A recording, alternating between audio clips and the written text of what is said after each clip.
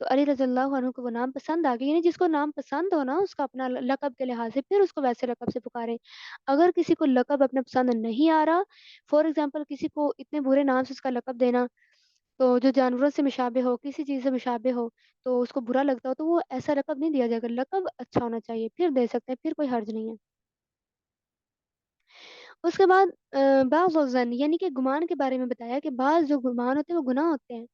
کسی کے بارے میں شک نہیں کرنا، خیال نہیں کرنا کہ فلاں میرے بارے میں بات کر رہا ہوگا، برا گمان کرنا، برا خیال کرنا نہیں،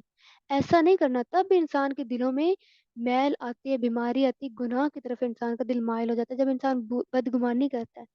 سارے انسانوں میں بدگمانی پیدا ہو جاتی ہے۔ رسول صلی اللہ علیہ وسلم نے فرمایا بدگمانی انسان کو اللہ کی نافرمانی کی طرف اور گناہ کی طرف لے جاتی ہے۔ اس کے بعد فرمایا ولا تجسسوا، اب تجسس بھی نہیں کرنا، تجسس کے ساتھ بہت فیملیز میں جو ہے نا وہ گڑبڑ ہو جاتی ہے۔ گمان کے بعد اگلا درجہ ہے تجسس کا، کسی کی ٹول لگانا، کسی کے خفیہ حالات کی جو وہ حالات نہیں بتانا چاہ رہے، کسی کا پرسنل میٹر ہوتا ہے، پرسنل معاملہ ہوتا ہے، کوئی خاص بات ہوتی ہے تو وہ کسی کو نہیں بتانا چاہ رہے ہوتے، تو فائدہ کسی کی ٹول لگانا کیا ملے گا انسان کو ان کی بات سن کر؟ تو یہ کسی کی ٹو بھی نہیں لگانی، کسی کے عیب کے پیچھے نہیں لگنا۔ جب بندہ کسی کے عیب کے پیچھے لگ جاتا ہے تو اللہ تعالیٰ اس کے عیبوں کے پیچھے لگ جاتے ہیں، حتیٰ کہ اس کے گھر بیٹھے اس کو ذلیل کر کے چھوڑتے ہیں اللہ تعالیٰ۔ پھر فرمایا ولا یغتب بعضا، یعنی کسی کی غیبت بھی کے ساتھ تو بہت ہی معاشرے میں بدحالیاں پھیل جاتی ہیں، یعنی ایک کی بات اس کی بات کرنا دوسرے کے پاس، اگلی کی بات کر دینا برائی کے لحاظ سے، اچھائی بیان کر سکتے ہیں وہ کوئی گناہ نہیں ہے، برائی بیان نہیں کرنی۔ اس کے بعد فرمایا بہتان بھی نہیں لگانا، یعنی کسی نے کوئی کام کیا نہیں ہے تو اس کو کہہ دینا جی فلاں نے یہ کیا، فلاں نے یہ برائی کی ہے، تو یہ بہتان نہیں لگانا۔ اگر تو پتہ چل جائے کہ اس کے اندر یہ برائی ہے تو اس کو جا کے منع کریں، اس کو سمجھائیں، پیار سے سمجھائیں، کسی کو آگے آگے نہیں پھیلانا۔ اگر وہ نہیں اس نے گناہ کیا تو پھر نہیں کچھ کہا جائے گا اس کے بارے میں۔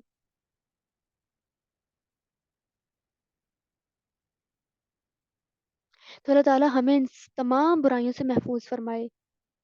اور ہمارے معاشرے کو درست حالات والا بنائے۔ اس کے بعد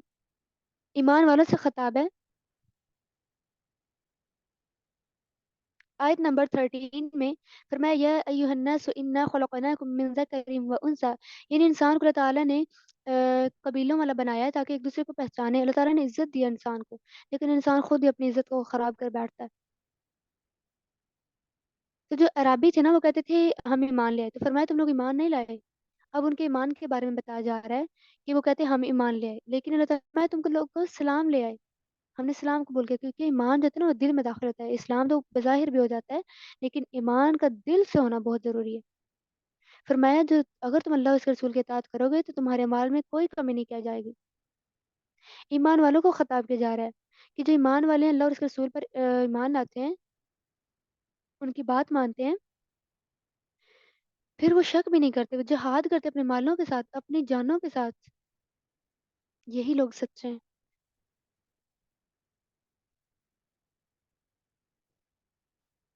تو جو اسلام لاتا ہے اللہ پر احسان کرتا ہے نا، اللہ پر احسان نہیں ہے، اللہ تعالیٰ کا احسان اپنے اوپر سمجھیے کہ اللہ کا احسان ہے کہ اس نے مجھے اس ایمان لانے کے لیے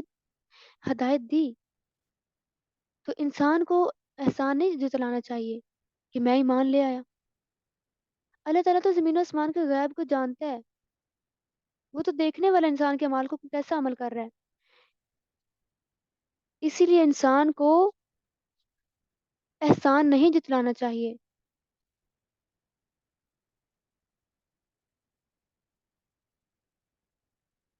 اس کے بعد سورۃ القاف سٹارٹ ہو رہی ہے، فضیلت اس کی یوں ہے، رسول صلی اللہ علیہ وسلم عید کی نماز میں قاف اور اقتربت الساعہ پڑھا کرتے، تو آپ صلی اللہ علیہ وسلم جمعے کے دن خطبہ میں بھی اس کی تلاوت فرماتے تھے۔ بسم اللہ الرحمن الرحیم، قاف والقرآن المجید، یعنی قرآن کی قسم کھا کر اللہ تعالیٰ آگے بتا رہے ہیں کہ کافروں کو تعجب ہوا